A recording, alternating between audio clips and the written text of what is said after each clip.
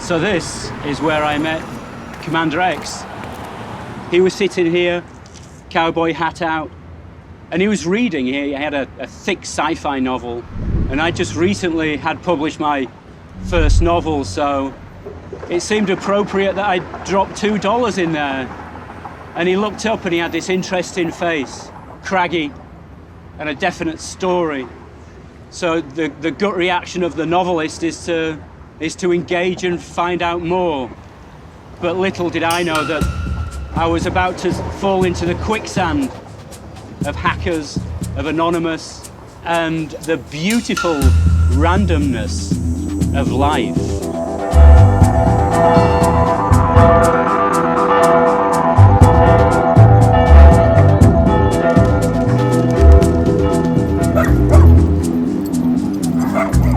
He saw me reading a book, and he's like, I wrote a book.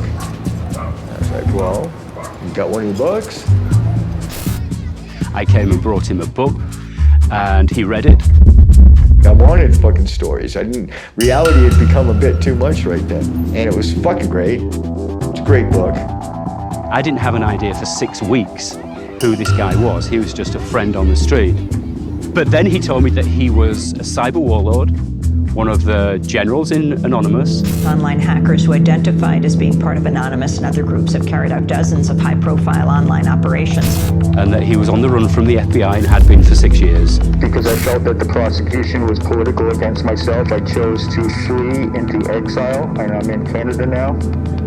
And there was an article that could corroborate all this, and it was in the New Yorker, and I should go home and read it. Yeah, I mean, he's polite about it. Okay, cool, yeah, take a look at it tonight. But I knew from the look in his eyes, he wasn't buying that meat without inspecting it. I cross-referenced the name that was in the article, Christopher Mark Doyon, and up popped his mugshot from when he was arrested for trying to sell large quantities of LSD at a Grateful Dead gig in Indiana.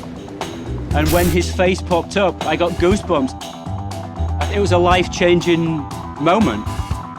I get the same look every time I reveal myself. I could tell that he was just like, dude, you really are this person.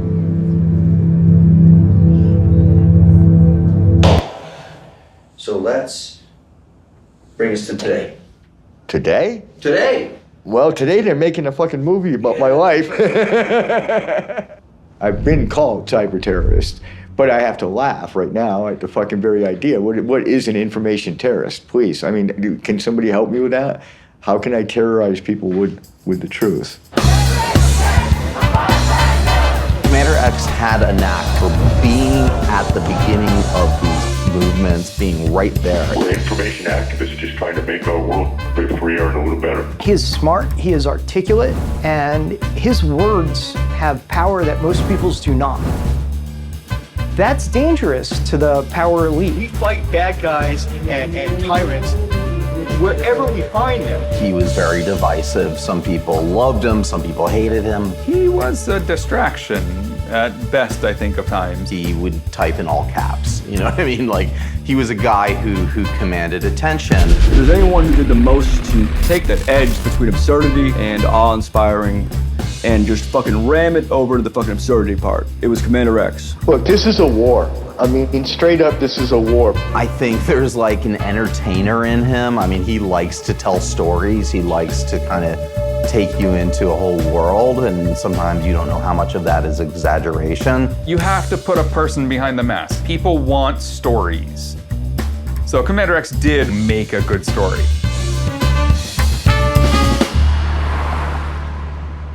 I was talking with my editor at the New Yorker about doing a larger piece about Anonymous, and to me the story was, how has activism moved from the streets to the internet and then back to the streets? That was, I think, fundamentally the story I was telling, and Commander X was really the personification of that.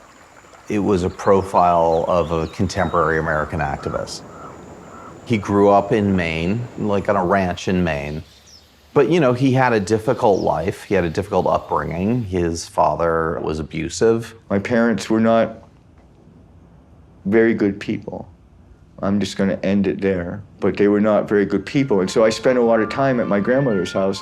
And I had become fascinated with the idea of computers. The Industrial Revolution expanded the strength of man's muscles in the reach of his hand. The Information Revolution is magnifying the power of his brain, changing forever the way Americans work, play, travel, and even think.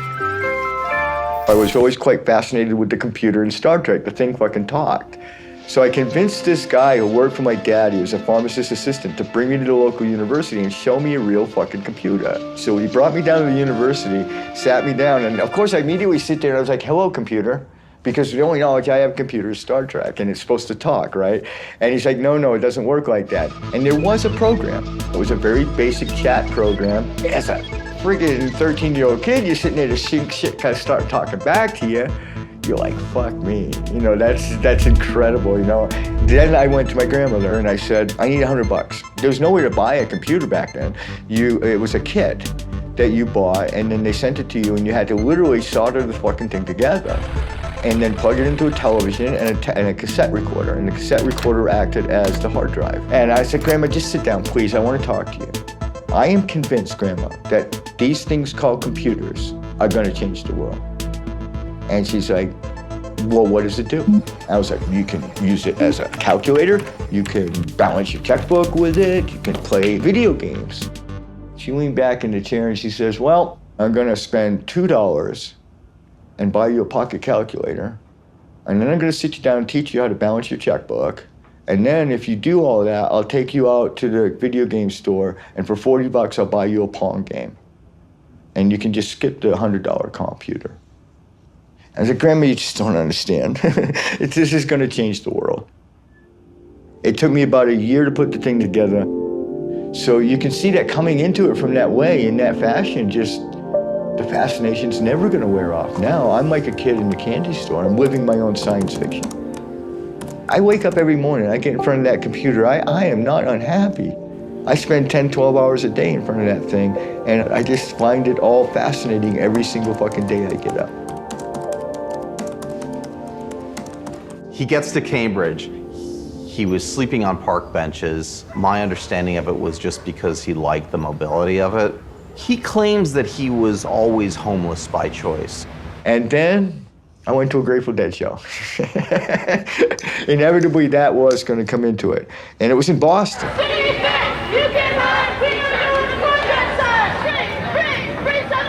And I ran across an anti-apartheid protest. I stopped. I hung out with people. I smoked some pot. I was given flyers and shit. You know, you make friends with people that got a flyer in their hand, you're gonna read it. I was so angry that there could be a system of government in our century, in my lifetime, that you had to go into a police station and put your hand up to a color chart, and based on how dark or light you were, that's how many rights you got. That is fucking ridiculous. And then they're like, yeah, well, you know, thanks for hanging out with us, and you know, we're doing this thing fucking tomorrow. They got me really good with the whole hanging out with me and smoking some weed thing, because, you know, being a solitude kind of kid, anybody that made me feel like I was their pal, you know, they got the time of day. And, you know, of course I had to do other things. I went to a lot of rock shows back then. I had to make a living, and I did that at rock shows. Not only am I not ashamed, but I'm somewhat proud of the fact that we sold really good LSD. We would go out and do a U.S. tour with the dad, and we would raise shit tons of money. And it just gelled more is all it did. I went to more Dead shows. I made more money. I went to more protests. Some dude with fucking cakey ass dreads, literally down to his knees, would sidle up to me and give me maybe a little piece of paper folded up like this in the passing crowd. And it would be the next ELF action, or the next ALF action, or the next protest against anti-apartheid. That's definitely the whole texture of the cloth, and it just gets woven tighter and tighter as I become more and more sucked into this idea of just permanent resistance to all this fucked up shit. The things like the Animal Liberation Front, the Earth Liberation Front, I did my tours of duty in both of those. And then eventually our little silly little hacker group that we called the People's Liberation Front, The PLF, we were more of like a little militia. We adopted these titles called Commander, and we'd all dress in camo when we went to protests and shit. And one day, my friend sat me down and said, look, we want to have a talk about something. A hacktivist group by the name of Anonymous had hacked the forums of the Epilepsy Foundation of America. And they had placed on the forum on the front page a animated GIF. These GIFs, these animated GIFs, they strobed very brightly, they strobed very fast. They could take an epileptic and cause him to have a seizure just from looking at it. 4 people went to the hospital across the country. And these people were literally harmed by hackers thousands of miles away, physically wounded. It sounds so funny on one level. I get the lulls, I get why they did it.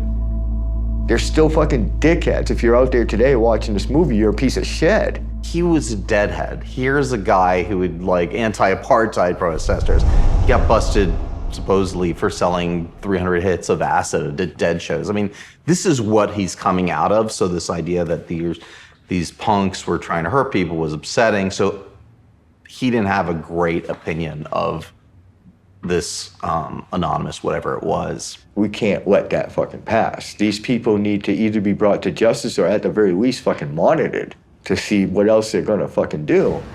So I was tasked with literally infiltrating Anonymous. I was to go in the IRCs, spend as much time as I could, make as much contacts, not to get these people busted. This was not some sort of law enforcement thing. I just want to know what these fucking people are up to, you know? So that's how I get into Anonymous.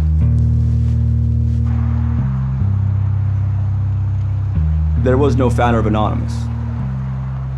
From late 2007 on, there was some degree of soft power that, in one way or another, managed to corral this phenomenon, and did so in ways that were effective, that allowed it to become a decisive force, sometimes in the history of nations.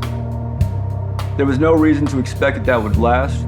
Without a charter, without a structure, there was no reason to expect this would go on for too long. It is frankly shocking in retrospect that it worked for as long as it did. My name is Barrett Brown. I'm a journalist, an activist, and a gentleman adventurer. Anonymous was not founded, and I'm not sure if anybody would have taken responsibility for it had they actually founded it back in the 4chan days. The 4chan website, the image board that have been around since 2004, 2005, the primordial soup from which Anonymous eventually evolved. That was the crucible for Anonymous. So I don't think you can really understand Anonymous without understanding 4chan. There were message boards within 4chan. It was a forum for people on the internet to talk freely and openly about a variety of subjects. Then there was a board that was just the random board, /B, where you could talk about anything. That's where it became a bit more free form, and the idea was that your default handle was Anonymous. That was the name you were given. It was kind of like this hive mind of the internet. And so they started to do what they called raids, which was sort of like, hey, let's do like a little field trip on the internet, something fun and stupid. So they did, one of the famous ones was Habbo Hotel, which was this children's game, which they decided to infiltrate, have all these characters with afros. I think there was some like Nazi imagery. It was just about shock value and fun. Obviously offensive fun. I participated in some of these things, like some of this Second Life raids where they would don these bizarre, garish outfits and go around and wave giant penises, like at concerts they were having in Second Life and bomb furry nightclubs. I remember thinking like, the emergent organization that's going on here. This is a new dynamic that the internet has made possible.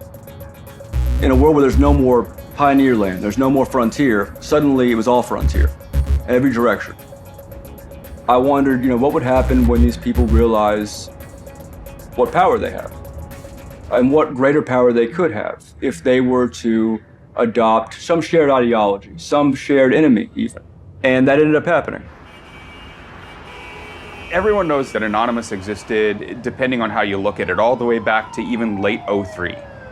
But in reality, that was 2 people on a website, The strangest thing happens, in January '08, it becomes this, giant movement that the news is covering. And that was partially my fault. and definitely an accident. You know, I look back and I wish I could say, you know, I masterminded this amazing thing on purpose. No, I have no idea what I was doing, dude. On January 14th, 2008, up on 4chan, this video is posted of Tom Cruise being insane. Tom Cruise, Scientologist. Being a Scientologist, when you drive past an accident, it's not like anyone else. As you drive past, you know you have to do something about it because you know you're the only one that can really help. And another post comes saying the video is gone. And everyone's like, well, wait, why did that get taken down? That's Tom Cruise being insane. It's fucking funny. We decided that we're really good at doxing people. We're really good at getting their information and hunting people down, and used some connections to find the person who had the video. And by we, I mean a few of us who were on IRC, which is a chat system. We went and found the person who had uploaded that video and got their source, and we re-uploaded it.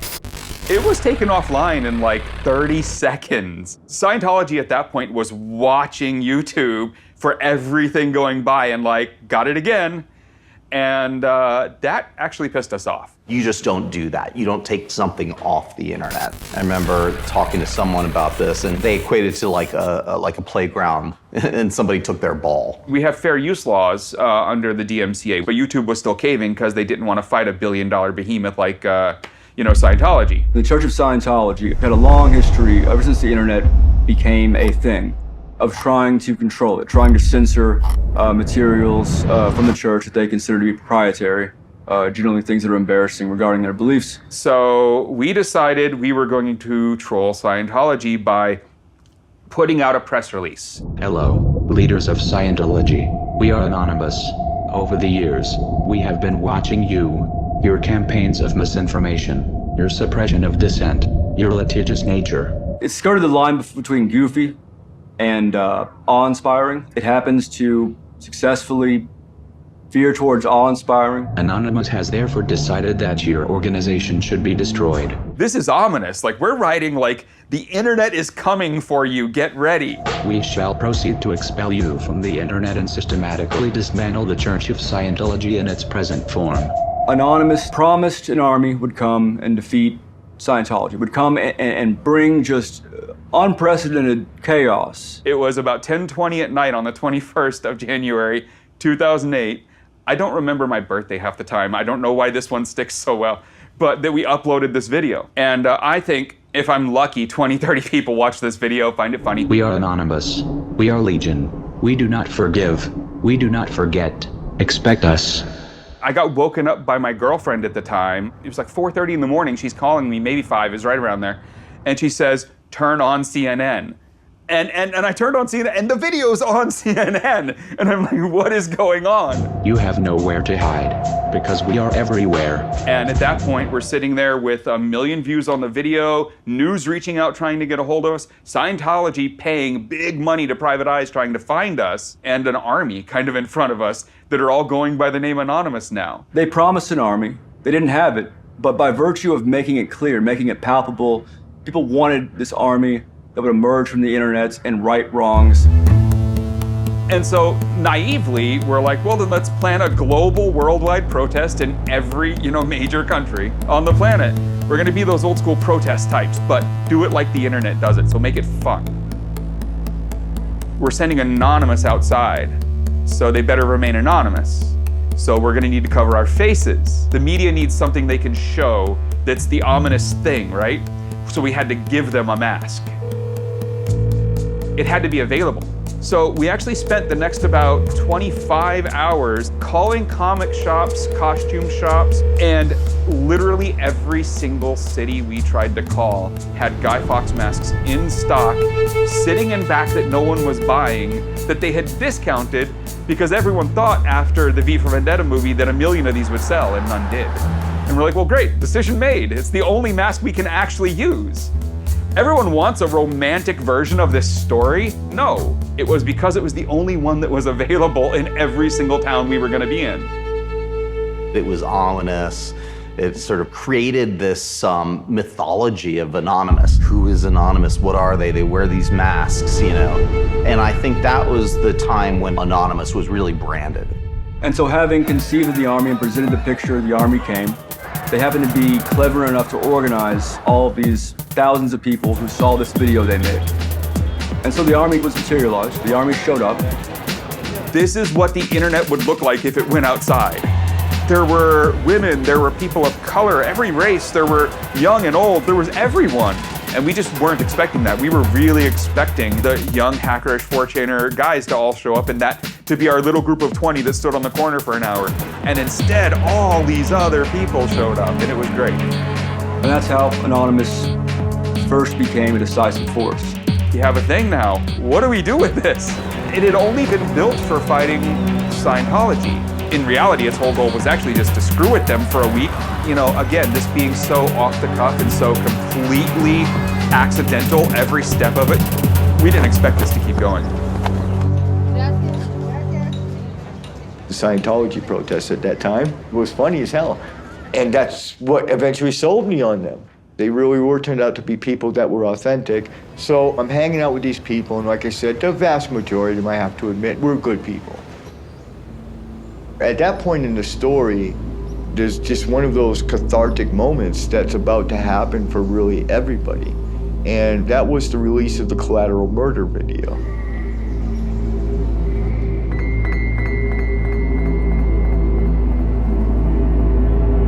See all those people standing down there?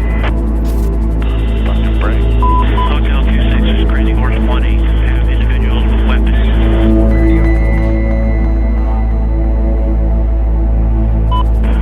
Anybody has element? We got an RPG. All right, we got a guy with an RPG. Coming to fire.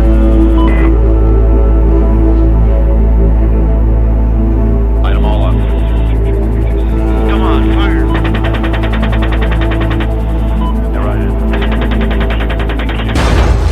Within weeks of the release of that was an immediate thunderstorm of persecution fired off at WikiLeaks. WikiLeaks picked a fight with the U.S. Now the U.S. is fighting back in more ways than one. American lawmakers want to see founder Julian Assange. They want to see him tried under the Espionage Act. And the WikiLeaks website has its own trouble. This is a new news here. PayPal has announced it has suspended WikiLeaks' account, costing it a vital source of funding. MasterCard, Visa, and PayPal agreed to a behind-the-scenes U.S. embargo against WikiLeaks, whereby they all simultaneously, more or less, said, oh, we're not going to process donations to WikiLeaks anymore. Immediately, there is this fucking visceral rage because websites like the KKK or the Westboro Baptist Church have PayPal donation links on their fucking sites.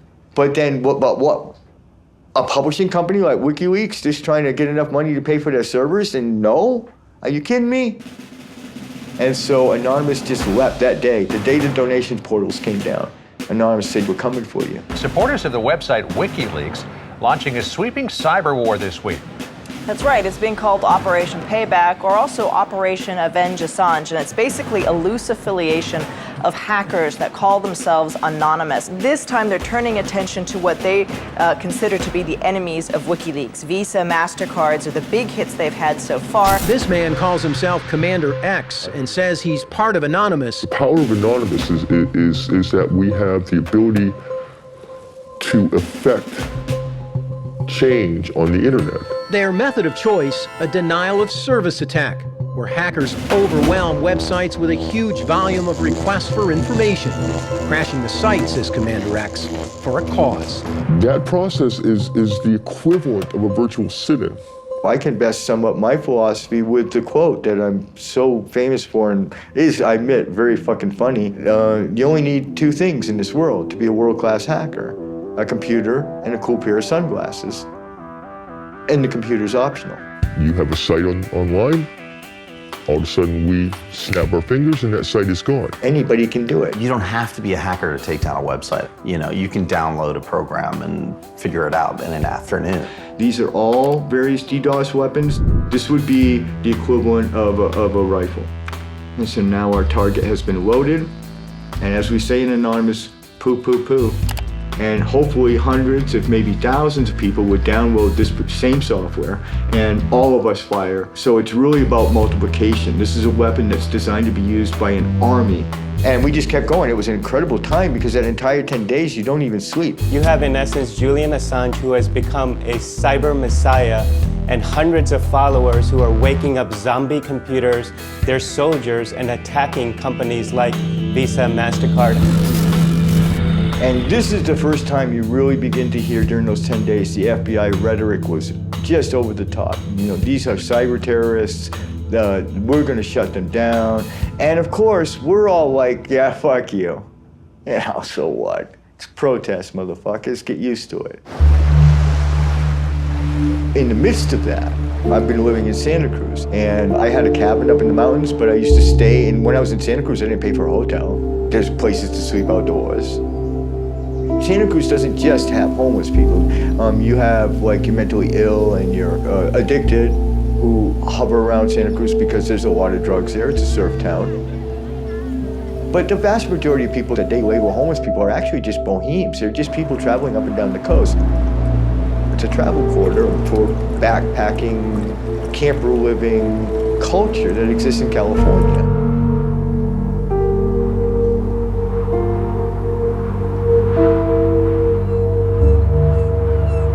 Not make it illegal for a man to fall asleep on the fucking grass and give him a ticket and even put him in fucking jail. And when that doesn't pass muster in court, you make a law against people covering up with a blanket at night when they're asleep. Literally, they got a blanket law in Santa Cruz. I'm not even shitting you. These homeless people had a protest camp going called Peace Camp. We were sleeping on the courthouse steps. We're sleeping in protest. We're sleeping literally with a sign next to us that said, I am protesting the sleep law.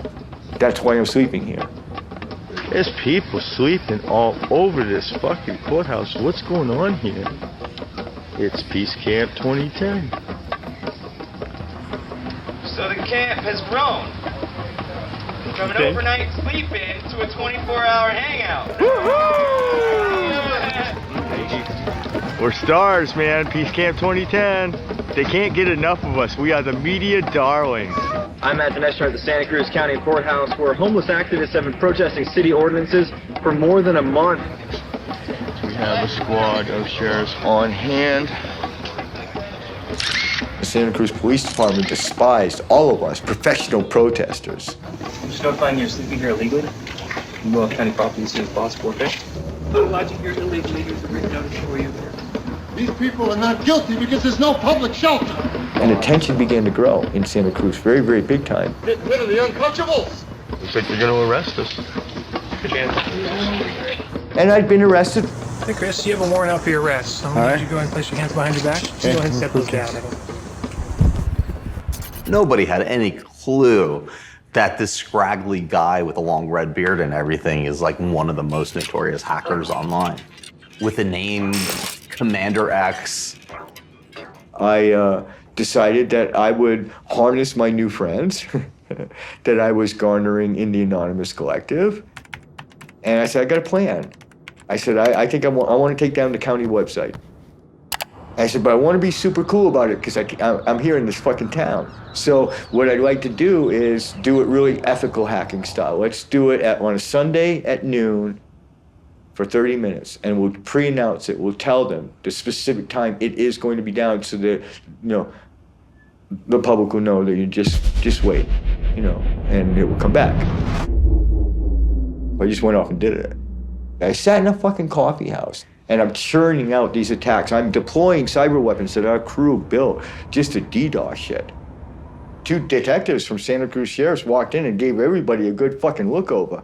And that's when I started packing up to get the fuck out of there. Oh my God, my fucking heart is coming out of my chest. The sweat is pouring off me. I got my pack on my back, my laptop over my shoulder, and I just fucking scoot left and walk normal as you can. But anyway, I make my way to the library, put out the press release from the library, and then the next morning I get up and the headline is on the Santa Cruz paper. I mean, in big black letters, Santa Cruz cyber attack. And I just knew it was epic. And I knew that my life would never be the same again. And the other thing I also knew was that Anonymous was the most powerful force ever to be created in humanity so far. And that, no doubt, they were fucking coming for us. And coming for us with guns drawn, literally. Cyber is the battlefield of the future. And most of these attackers are going after whatever the hell they can in order to show you what they can do. And that is very hard, very frankly, to defend against. I'm Leon Panetta, former director of the CIA, former Secretary of Defense, and now chairman of the Panetta Institute for Public Policy. Power can be very infatuating when you know you have power and you can exercise that power. And I think in many ways that's what happened with a group like Anonymous and other hacking groups that suddenly realized they had their hands on a very powerful weapon and they weren't quite sure. And I think they still remain not quite sure about just exactly what it means. You know, for something like the CIA and for other intelligence agencies, at least you know the devil that you're after. But when it comes to anonymous hackers, it was much more difficult to try to figure out what are they after? What damage could they do? Are these just a bunch of people, you know, playing 21st century hacking games? Or are these people that have a motivation that could be very dangerous to our security? I was fucking Batman. And I had powers. By then I was like gearing up. I'm geeking up. I'm starting to fucking bust some shit. I'm starting to fucking have some fun with this. Because I was working very hard by that point. I was putting in 10, 12, 15-hour days to this movement of Anonymous. I was participating to the fullest extent that I could do and not die. Commander X is who he is, and you know, we all know, we've all seen his version of reality, but he didn't come into my orbit until people started talking to me about the fact that X said he talked to you on IRC, and I'm like, who? He just kind of showed up as a guy who was putting up websites under the Anon name, and you'd look at it and the website looked like it was built in 1993, like one of the first drafts of a website ever, that a guy who was openly telling us he was homeless was building. So like, you didn't want to just outright say, what the fuck guy? You wanted to say, okay, guy's trying with very limited resources. He would be, you know, he was doing his thing, and obviously he was doing DDoSing, he was hitting targets, I didn't think he was doing too much harm, and I was always kind to him because, surprisingly enough, I am actually innately a kind person by default. And I just said like nice things, sometimes like sarcastic, like, go forth, continue, Commander. As I understand his story, he was the kind of hippie protester who showed up and, you know, was holding signs anti-war and all that, you know, and that was none of us. To speak the honest truth, like I'm the 19-year-old driving a car who sees a puddle and a bunch of people at a bus stop and hits the puddle as fast as he can. That's me at 19. I'm not the good guy. So from the very beginning, there was definitely a clash of just personalities because he came at it from a completely different way. We sort of were thrust into being activists very accidentally, and that was just who he thought he was. I did not have all access at that point to Anonymous. I was, you know, definitely very strong and very powerful person and had to respect even of people like Barrett Brown and Greg Housh and stuff like that. And I remember clearly going to Barrett Brown and asking him, what do you think we should do next? I think he responded with just one word, keep an eye on the Middle East. Commander X and I did not sit there and plan the advent of Op Tunisia and the Tunisian Revolution. The Tunisian Revolution began when a fruit vendor in Tunis, the capital, set himself on fire in protest of the local corrupt police having taken away his assets for failure to pay a bribe. That is what sparked the initial conflagration. That's what started the street uprisings, the rage. It provided an enzyme, or sorry, a catalyst, rather. I'm not good with chemistry or much else. Provided a catalyst, a center of attention for those in the country who are aware of it to rally around. Tunisia is one of those interesting ones where they invited us in. We didn't even come and talk to them. They came and talked to us, you know? At first, we all didn't think we could help. I mean, honestly, strange enough, Commander X was the first one on that channel saying, no, we can absolutely do this. And we all thought he was fucking insane. I mean, like, who the hell are we? This is a dictator of an African nation. Some Tunisian hackers came to us in Anonymous, and in fact, they were more or less handed off to me because nobody knew quite what to do with them. But they claimed to have some rather extraordinary access, but needed some assistance. It's a small country with a small infrastructure, and we have the usernames and passwords to everything. You name it. The water supply, like the radio stations, the servers that the president's email is on. You don't have to hack anything. We just have the passwords. Here you go. So we were able to prove that these people were receiving just enormous bribes, living like gods, while Tunisia drowned in poverty. And so now these people are really just fucking furious. Is this right? Who are the people who are planning on going to the streets? Are they our people? You know, are we helping some extremists who are going to make it worse? So we did a lot of work with these guys, and we did, honestly, like days of research into who the president was, Ben Ali, who he was, you know, the dictator, you know. Turns out the people who were going to the streets were really the people, and they needed to overthrow this dictator.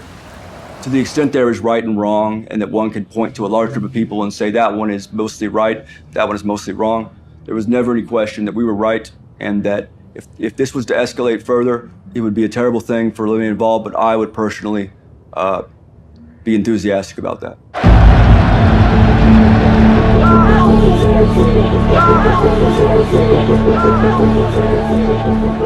I mean, you look at it and you think, what could hackers do? But you'd be surprised at how important it is to keep communication from city to city. We built this list of all the technologies they would block, and we kind of estimated what order they would try and block them in. Like, easiest, they're gonna just get Twitter and Facebook turned off in the country, right? So we put proxies up and fed them to all the people in the major cities as soon as these start working, access them this way. Can we get activated satellite phones to some of the people in these towns? Yes, we can.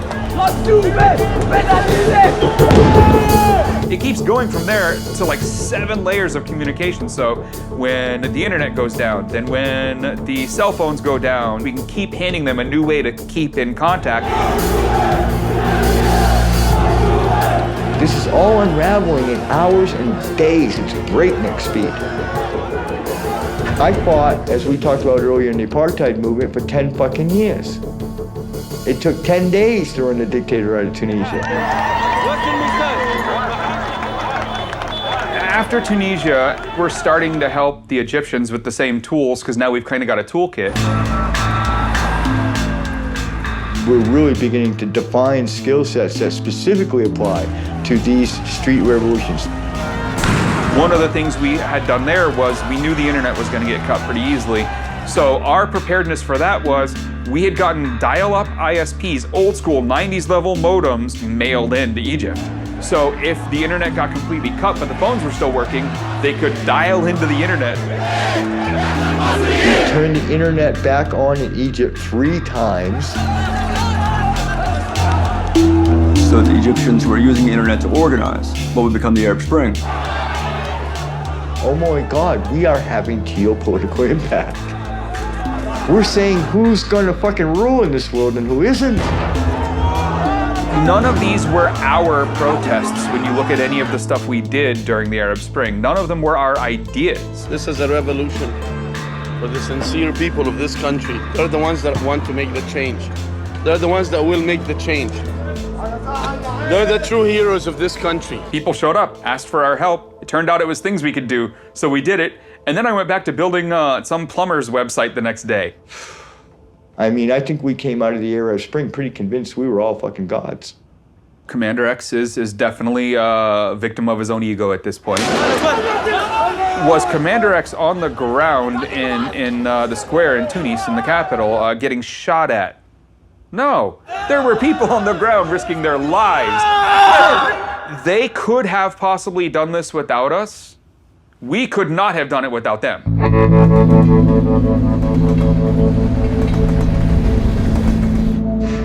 By the time the Tunisian Revolution was over, by the time Egypt had started, the FBI raided 40 US households on a single day in late January 2011 over these DDoS attacks that slowed down MasterCard's corporate website and visas and PayPals for a couple seconds. Armed raids with families being held at gunpoint in some cases. They were gunning for us. This is like fucking war. Dozens of FBI agents targeted alleged members of the loose-knit hacking group. Armed with search warrants, agents hit 6 homes in New York, along with locations across the country, seizing hard drives and computer accessories. It's all at the same moment, literally the same fucking moment. That's how they do this shit. So that we can't get on like IRC and say, hey dudes, they're coming, fucking wipe your drives and run. And that's what they did, except there's only got 39 of them. Because one was Batman. The reaction that they had was so knee-jerk to our attacks on PayPal, MasterCard, and Visa. Visa.com went offline for a few minutes. Did that affect anyone's ability to buy anything or give anyone's info away? No, it did nothing. Their marketing piece where you could download a brochure was offline for a few minutes. Somehow, $50 million and damn it. No, dude, no. When have you, as someone who has a Visa card, ever gone to Visa.com? It didn't affect anyone. And it was down for 5 minutes, but they tried to get people, to go to prison for it. MasterCard's website was offline for a couple hours, but again, that was their fault. Their shit was really badly built.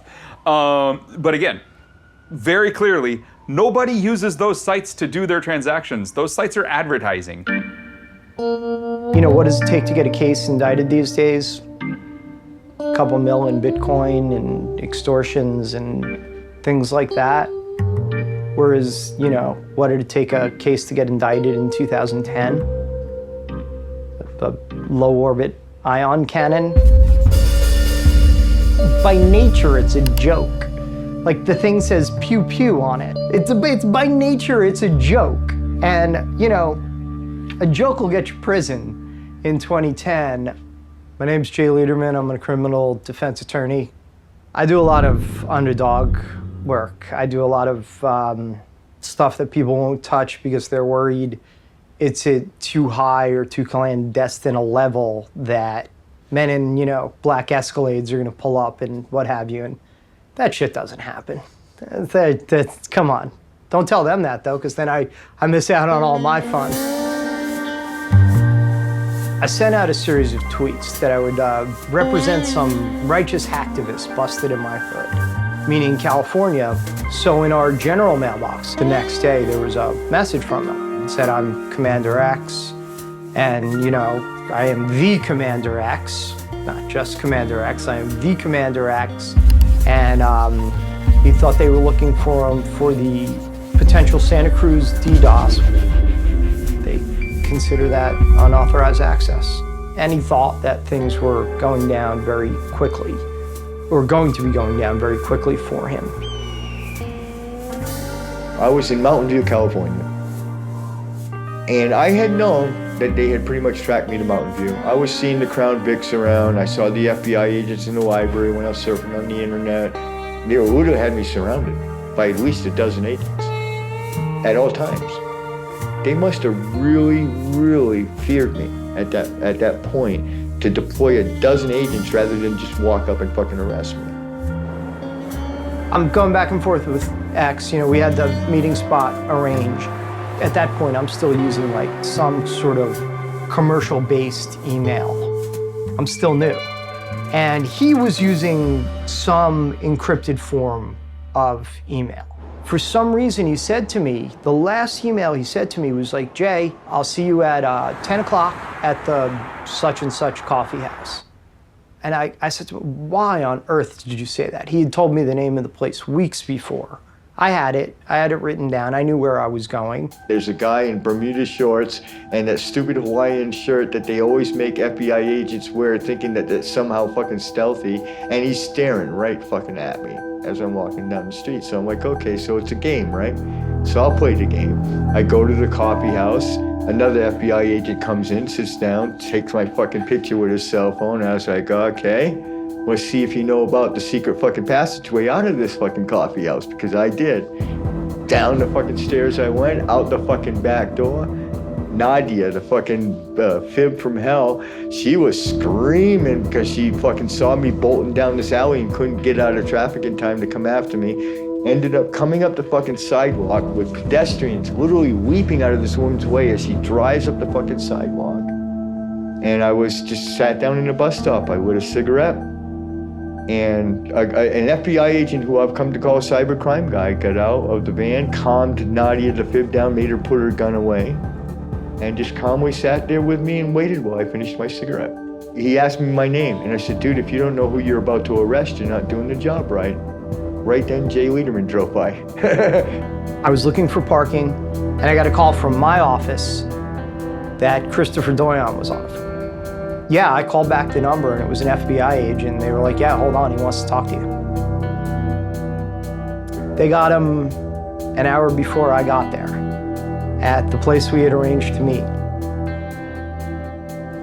I don't know what their methods are. Who knows if they had like some camera planted in the little, whatever tree X was like, you know, sleeping under, you know, looking at his computer when he's typing it. You know, I can't prove that it was on my end, but it sure appears that the FBI violated attorney-client privilege by having my emails monitored and were able to pick him up an hour before I arrived at the meeting.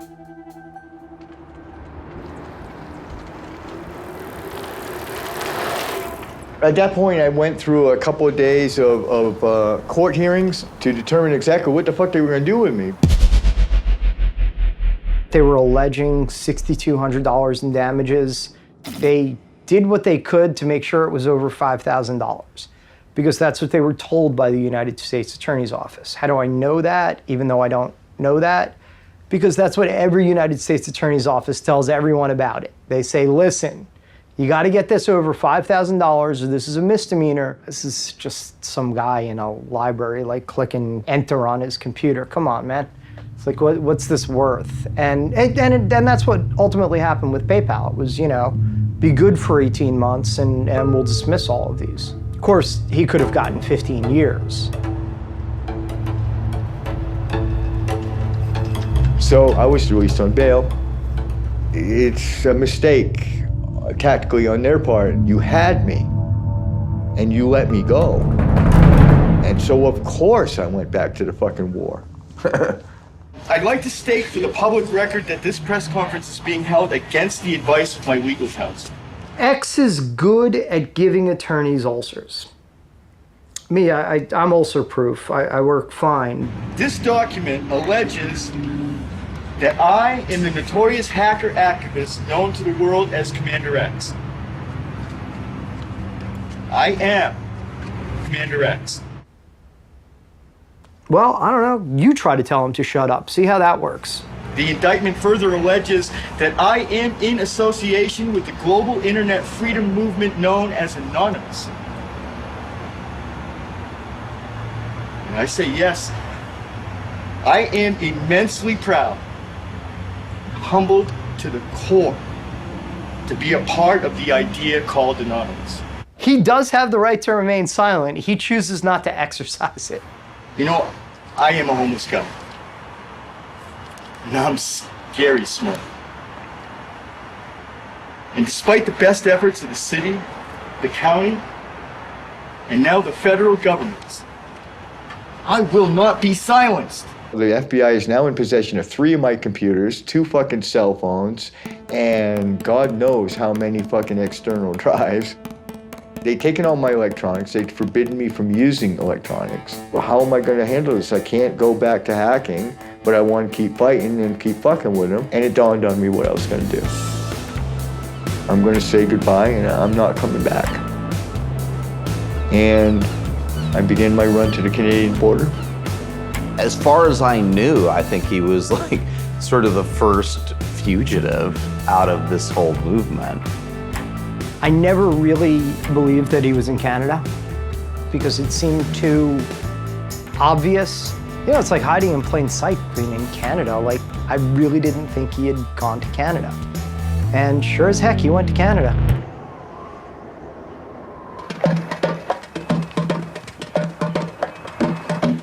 If you want to call me a terrorist, I've got no problem with that.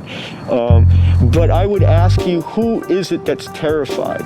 And if it's the bad guys that are terrified, I'm really super okay with that.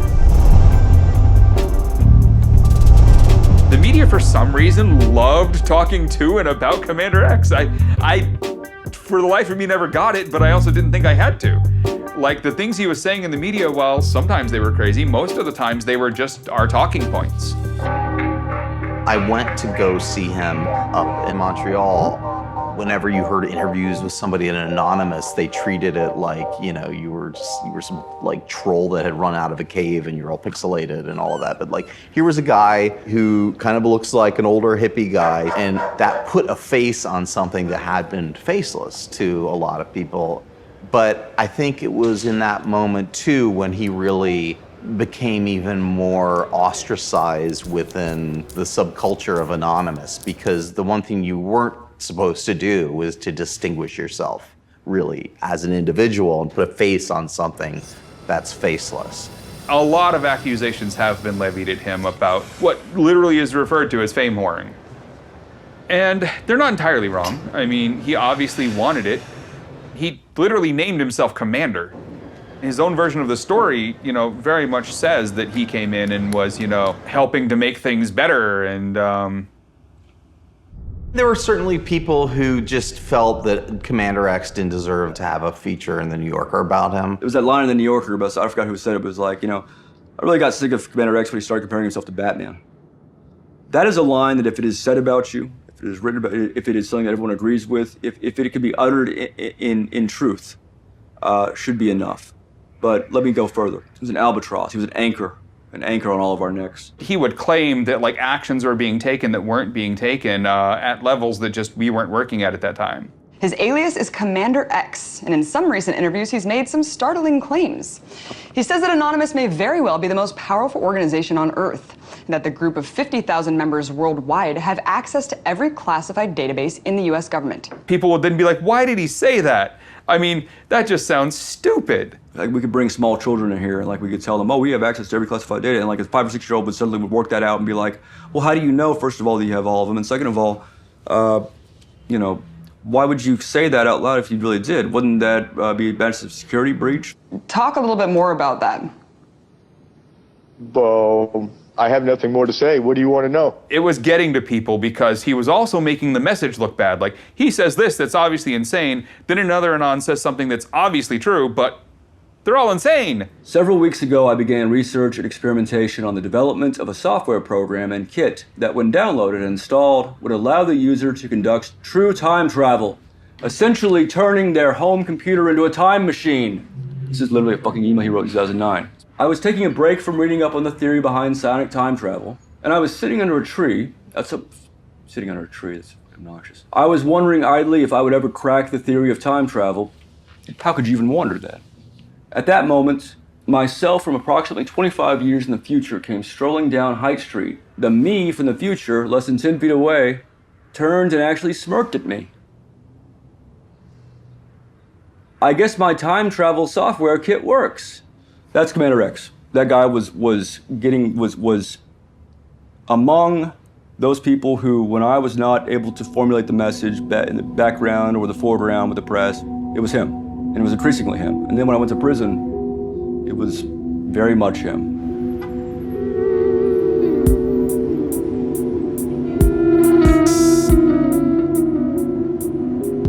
The FBI raided me on March 6th, 2012. Raided my apartments first, found I wasn't there, which was by design. Then raided my mom's house and took my electronics, computers, phones, files, just like they had taken files and papers from my place. And then 6 months later, after I had learned, I've been told by the prosecutor that they were going to be charging my mom as well, which is a very common practice among the FBI, charging someone's female loved ones to get them to cooperate. And knowing myself that I would never cooperate with the FBI, I made several videos laying all this out. Hi, I'm Bear Brown again. This is part 3 of a 3-part series on why I'm angry with the FBI. Sorry, I've got a case of the giggles. My mom has not been involved in any of this at all. Did not know about the tip I received the previous day. Didn't know I was over there. I come over there a lot. Didn't know why I brought, the laptops over. didn't notice, didn't pay attention. I also threatened to shoot anybody that more FBI agents came to my house. They know that I'm armed, that I come from a military family, that I was taught to shoot by a Vietnam vet and by my father, a master hunter, and I will shoot all of them and kill them. It was pretty obvious I was going to be dead before I was 40 or so. So I wouldn't mind going out with 2 FBI sidearms like a fucking Egyptian pharaoh. And so I was ready. It's like super passionate about this argument.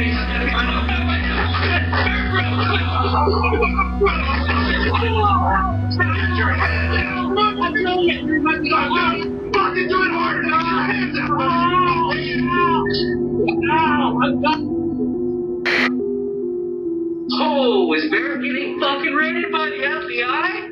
Holy shit! A few months later, I was charged, this time with 11 counts of aggravated identity theft. The charges in this case, to justify it, involved me copying and pasting a link from an anonymous IRC chat room. Then a month later after that, after those charges, I was charged once more for obstruction of justice, just like my mom was, for hiding laptops in her kitchen cabinet. So, long story short, I went to prison.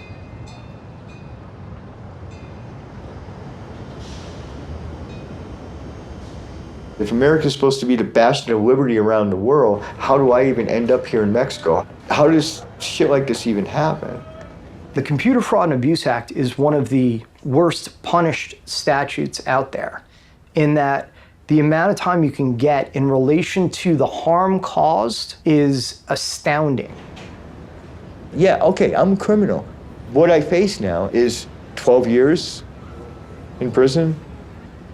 This is hanging over his head, as does an absconding charge now. So now on top of the 12 is added another 7. So we're now talking about 19 years, and I, in prison, do not have that long to live. So it's a life sentence. And for me, that's the line in the sand.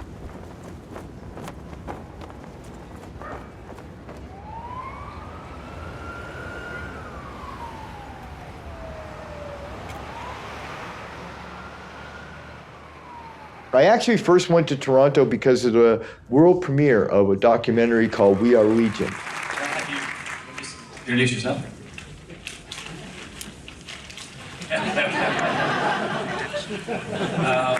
All right. I first met X at an Occupy protest in Oakland at the height of the Occupy movement, and at that point he was homeless. He was, he's clearly living on the streets. He was attracted to the movement because of its activist potential. I have stood upon the mountaintop known as Anonymous and looked down on a world inflamed with revolution. I saw him again when he was homeless in Toronto, and he was, Toronto is not an easy place to be homeless. And, he wasn't doing well. He wasn't doing well. No country should be allowed to stifle dissent to the point where people are committing suicide and people are fleeing their own country, never to return. I mean, think about the decision I made of never going home. Something about the city made me feel like it would be a very awesome place for me to take a bit of a break and maybe blend in. I'll settle here. Seems all right. And so I met Ian Thornton when he was just walking down the street. As a recently turned storyteller, this was gold dust. I mean, there was no master plan to do anything with it, but viscerally, this is the sort of thing that a storyteller dreams of. Truth being weirder than fiction, this had to be investigated. Almost every person who I've ever revealed myself to while I was on the run all said the same thing. Why did you tell me? Why would you do something that stupid? And Ian, too, asked me, why would you do that? And it's simply because I needed the help. So this, for several years, was the bedroom of Commander X. And quite uncannily, someone has been using it as a bedroom. He slept with his laptop underneath his head. He would wrap it in bubble wrap, particularly during the winter, make it watertight. And then if he were disturbed during the night, at least his laptop was under his head. And he'd get up every morning, he'd go to the coffee shop, and that's where he'd start his electronic warfare and mischief and intrigue. He helped me write the books because I didn't have an agent. I didn't have a lawyer. I didn't have a publisher. You know, he gave me safe houses whenever I needed them, hotel rooms, Airbnbs. He had a cottage out by the lake. He knew what my goals were, which was to find asylum. We went through some incredible experiences where we really thought I was going to Iceland for a minute. And then it didn't pan out. We thought for a moment, quite seriously, I might be going to Russia. And that didn't pan out. Thank you. Thank you very much, everybody. And then Trump got elected. Sorry to keep you waiting. Complicated business. Donald Trump had already made himself a rabid enemy of the Mexican people and the Mexican government. We will build a great wall along the southern border. And Mexico will pay for the wall. You can use my walls. We will never pay for that fucking wall. Trump had really ratcheted up the tension between the two countries. And when you're looking for asylum, this is what you're looking for. It's a political hack. You're essentially looking to pit two nation states against each other for the sole purpose of creating a tiny bubble of freedom for yourself. So Mexico is looking really in play here. The big problem, of course, is geography, right? I've got to go back into the United States of America. And do I really want to go back from being a political dissident in exile in Canada to being a fugitive, both boots on the ground? And so I produced a 30-page PDF and called Ian to the coffee house. I said, so what do you think? And he said, you're not going to actually do this, right? And I was like, yeah, I think I'm going to do it. I said, well, I want to help. And so that was born Operation Golden Eagle. Golden Eagle, for those not maybe up to speed, is the national bird of Mexico. We made a nice code name. I secretly contacted Barrett Brown, and I said, do you want to come with me, dude? You want to get out? When I won't go to Mexico with you, when I'm, to leave a country that I have increasingly come to despise, it means I don't like you and don't think much of your planning ability. And his decision was no. How many times do you have to flee the country? I just want to do it once.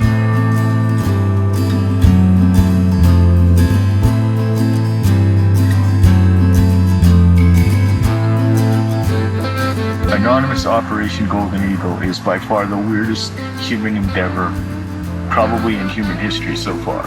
It was the most elaborate, thoughtful, anonymous operation that I have ever been a part of. 100 kilometers to Altoona begins now.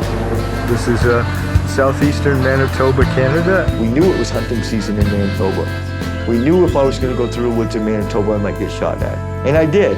One has to fucking wonder how a hacker from Cambridge ends up in a place like this. And out of Altoona, I will break back into my own country. And guess what? This is our first camp in the United States of America. Because that, folks, that's North Dakota. I'm now, by my own choice, a full-on fugitive. Wanted dead or alive. How do you like them apples? I'm actually taking a cab right out of Pembina, straight to Grand Forks. From Grand Forks, I'm catching a Greyhound all the way to El Paso. All the way to what we call in this operation the exit node, which is El Paso. El Paso is the city that I'll stage my exit out of America. If something's going to go wrong, it's going to go wrong on these 15 kilometers, where some cop jacks me up way the fuck out here because I can't explain what the fuck I'm doing out here. Bullet casings. People are out here shooting. If I don't make it, or if I'm killed by bandits, or if I'm captured by United States authorities in the last 1.5 kilometers to the border, I want you to know I did my best, but hopefully I make it.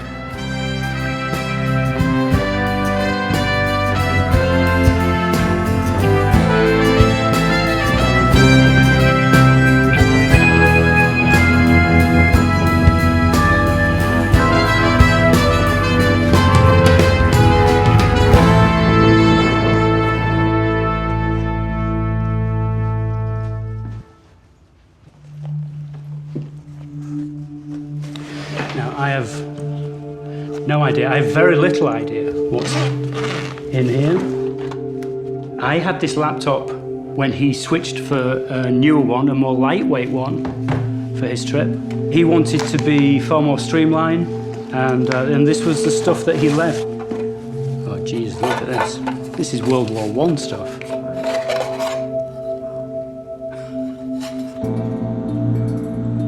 When I hugged him at the Greyhound station in September 2017, I didn't think I was going to see him ever again.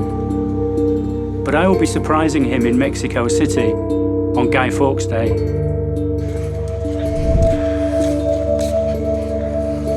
People in the Anonymous Collective have learned to watch my Twitter very carefully, and so I began to tease, hey guys, watch me on November 5th. Because I didn't want to just announce I'm going to be at the monument ahead of time. I'm going to do something really cool, guys, keep an eye out. I have hundreds and hundreds of journalists that follow my Twitter account just for that reason. Well, we're on our way to the Million Mask March in Mexico City, just to remind the people in power that we're still here, we're still Legion, we're still everywhere, and we never forgive, we never forget. No beef! No beef! Since 2013, actually, we've been doing Million Mask Marches. It galvanizes everyone who thinks they associate with Anonymous all on one day. Oh, streets! Sort of celebrate how much we've grown over the last year, meet other Anons. And that's kind of cathartic. That's a pretty big thing for an Anon, because we don't get to meet each other very often. There's a lot going on here in Latin America. There's a lot of tension.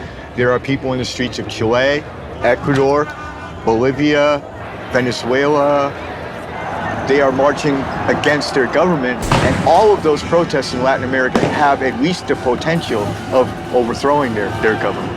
So if the culture is generally speaking in a revolutionary mood, that's a really big sign that today could be good and even bigger than normal. I would not be at all even marginally surprised to see 2000 could be even bigger.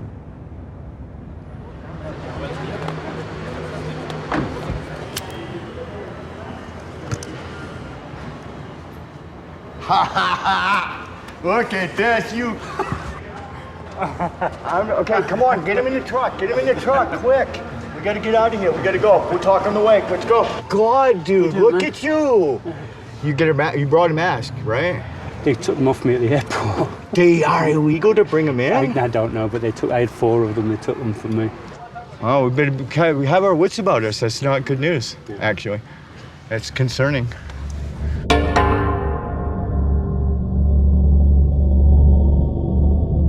Dude, how do I keep ending up at all these icons of revolution? Like, I literally live like a block away with a rooftop view of the fort where the entire Mexican Revolution began. It's like a fucking shrine. And now, completely with no input of my own, here I am at the Monument de Revolution. I mean, come on, dude.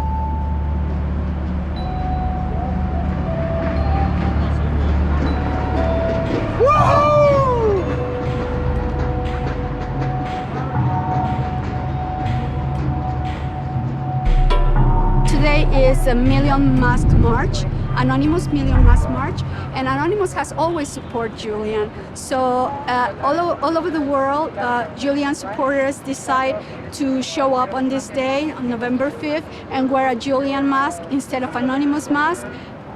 Julian Assange expuso corrupción de gobiernos mundialmente, también expuso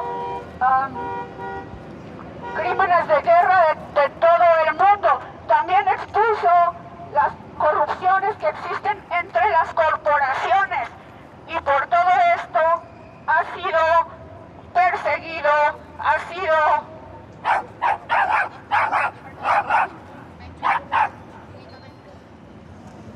respeto y admiración a Julian y no prisión. Respeto y admiración a Julian y no prisión. Okay, I gotta talk to my people. All right, guys, this is Commander X live Like a Million Mask March. You know, we're few right now, that's true. Maybe by other standards of other Million Mask Marches, but that can change in a heartbeat. If you are somewhere in Mexico City right now and you happen to be listening to this stream, then, you know, get your shit down here. We're not going anywhere. And if you can't, then just get busy and start tweeting streams, other people's streams as well as my own. Make it go everywhere. Make everything go everywhere about Million Mask March. Let's really make ourselves known this year.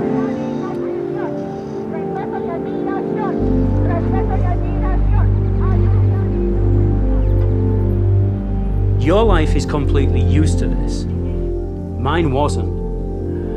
So when we started to live our adventure, I was doing stuff that was completely foreign to me and was scary. And the crescendo was when you cut your way into Mexico. You know, I started out with a great idea, and then it was sort of like flying at 100 miles an hour off a cliff in Juarez.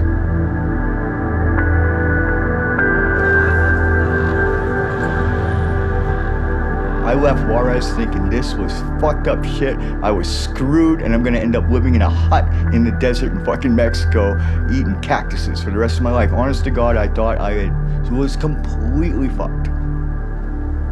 There was a point in time where I gave up hope and quit even trying, and that's when I went and got Xander. Hey, look at you. 3 months old. That was the moment when I was gonna just leave this mortal sphere, or mortal coil, as they say. This is Xander's first Christmas on planet Earth. Oh, look at the size of that fucking bone, buddy. I decided to give it one more fight with, like, literally the last bit of me left. It's a weird thing, and I mean, thank God it turned around, I guess, right? And I didn't cash out. I guess, really, you kind of got to thank my dog for that. I mean, really, how weird is it the world might end up getting saved by a fucking dog?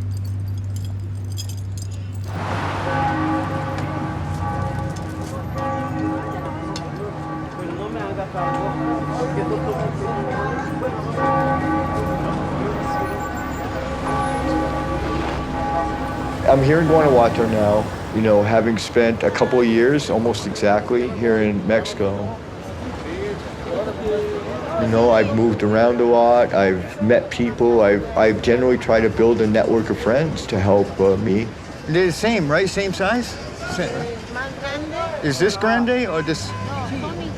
I like the color too, I take that one. Yeah, yeah. And thus comes into play people like Vic. Well, I was just walking in the streets, and then I saw this American guy who was standing, all lost. Didn't know where to go. I just saw him like looking one way and the other. And he saw us and, hey guys, do you speak English? And I'm like, yeah. Hey, where can I go to a coffee shop? And I'm like, okay, let me take you there, especially because of the streets here. So we started walking, and we started talking, and then he kind of asked some questions to see if I kind of knew a little bit about, well, Anonymous. And I'm like, oh yeah, I'm familiar with it. And we talked a little bit more, and he said that he was one of the founders of Anonymous. And whenever I got back home, I searched online. I was like, oh shit, it's truly him. And I was like, damn, now I search him online. I mean, and I got all paranoid, right?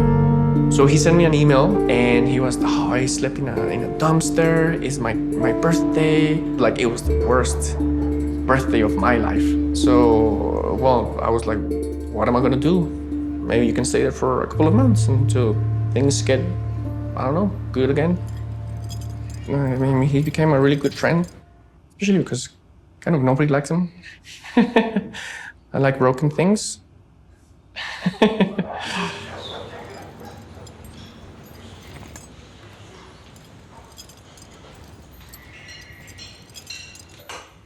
Es como parte de nuestras vidas, entonces nos ocupamos de él, nos ocupamos como de lo que necesita. Cuando se acerca contigo, te tiene una hora platicando con él y contándote sus historias y creo que necesita a veces alguien como que lo escuche y que se ocupe de él, entonces me gusta hacer como esa parte. Make sure they don't get fucked up. I'm broke and I needed to sell some books to make grocery money. There it is. Yes. Alrighty. Like a herd of fucking stampeding turtles. We're off. Most of my friends were not actually aware of any of this. I was just the eccentric American who lives in Guanajuato. Nobody knew anything about me, and so I felt that it was incumbent upon me to let them know that, hey, actually, I got the secret. And I mean, I tried to put myself in their shoes for a moment and think, wow, what if I found out that Vic was like friggin' Batman? You know, that's the kind of level of revelation this is. You know, you got a really serious secret life here that nobody knew about. Creo que estuvo bien lo que hizo en algún momento, creo que fue algo importante y significativo para él y para otras personas, pero creo que ahora él tiene como que hacer otro tipo de cosas, ¿no? Ocuparse de él mismo, de su perro, de su vida, cosas que a lo mejor no tuvo tiempo de hacer después y ahorita podría, porque necesita. My goal is to confront the Mexican government, surrender to their authority, and make my case for asylum, because in this country, I have the right to do so. As an underground, as a dissident, I've lived amongst you.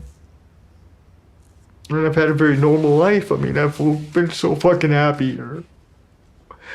And that normalcy is just a taste of what I hope that I can have if the government of Mexico will do the right thing. They will let me stay here in this country, in your country. And if fate will allow me to remain in this city, that's what I want to do for the rest of my life. Is Commander X on the run for a good reason?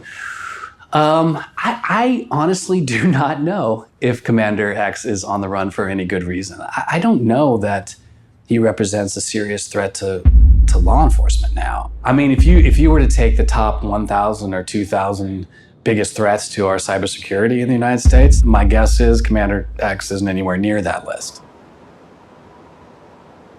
I've done several cases up in San Francisco, and the person who was, prosecuting his case initially is the head of the unit now. And it's been a couple years, but I mean, the last time I talked to him, he's like, say hey to Mr. Doyon. We'll see him at some point and we'll get ourselves reacquainted. I would have no doubt that he would be a prize trophy on some U.S. attorney's wall. There is so much that is inexcusable that what happens to all of us, starting with that incident with the 40 U.S. raids by the FBI, 40 homes raided by armed FBI agents over a incident that slowed down a corporate website for a few seconds. There are a lot of people, especially a lot of media, who have said that those arrests really led to an end of Anonymous and very much a slowdown of hacktivism. But what it more did was drive it a little more underground here in the U.S. and cause people to realize that they needed to actually, be anonymous a little better. I would remind any cognizant human being who considers himself a citizen of a democracy driven by informed consent, when someone like me is targeted or someone else, a whistleblower, is targeted, we are not the ultimate target. The public is the ultimate target. It wasn't to fuck with me. It was to prevent you from being able to act as a citizenry, which no one in this community, the intelligence community, the DOJ, FBI, no one considers you and your informed consent to be a proper thing. If you don't understand that that's a subject matter here, you are not a citizen. You're part of the problem. I've heard all the arguments, and I understand this is about freedom of information, et cetera. But the reality is that we're also dealing with something that could be very dangerous. For example, when the Russians, used cyber to come after our election systems in 2016, did they cross a line? because that was a bold attack. We don't know the answer to that. And at some point, I think we need to have that dialogue about what are some of the rules of the game here when it comes to cyber. Because if we just sit back and say to hell with it, we should let everybody do their own thing, at some point we're going to pay a hell of a price. Hopefully you guys can see the stream okay. I'll turn it back around for me. Thank you for tuning in this morning. Hopefully, like I said, everything will turn out okay. I have my legal paperwork with me.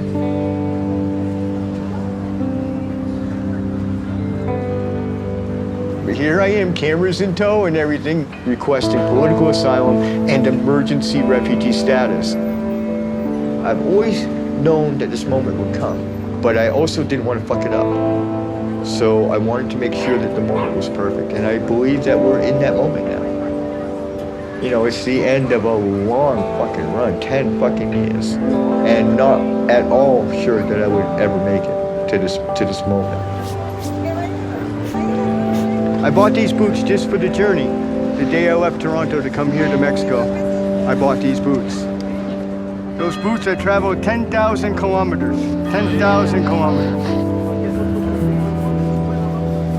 You make the decision, then yeah, of course, you instantly accept the consequences. And the consequences of this decision is I would most likely never go home, except perhaps in a box.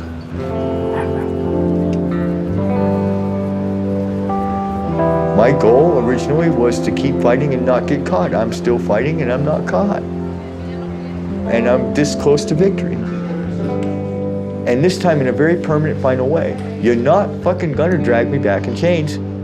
End of conversation. I'm gonna get fucking asylum. ¿Qué trámite va a ser? Va a ser, what trámite are you gonna do? What is the purpose of your visit?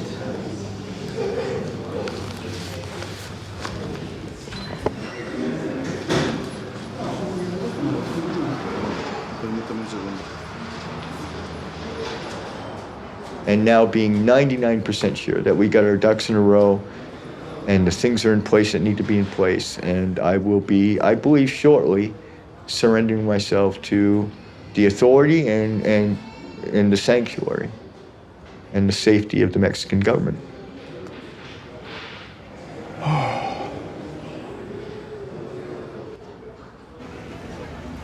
I'm happy to report that today the government of Mexico did the right thing. Officials of the INM have accepted my petition material for political asylum and have granted me emergency refugee status. I am the first information activist in history to receive political asylum in a foreign country for protest actions taken under the flag of Anonymous. One of the reasons that I stuck with this process to the bitter end, despite my not really having to, was my fervent hope that I will not be the last. You know, the way he talks about it, it's almost like you're talking with a Vietnam veteran who's talking about his brothers in arms. I mean, he really feels it and gets emotional.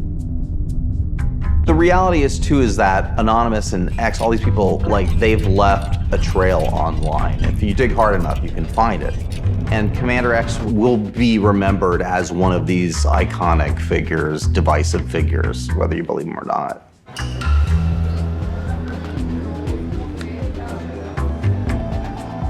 Yeah, well, now that he's almost Mexican, but not speaking Spanish, it's gonna be very hard for him.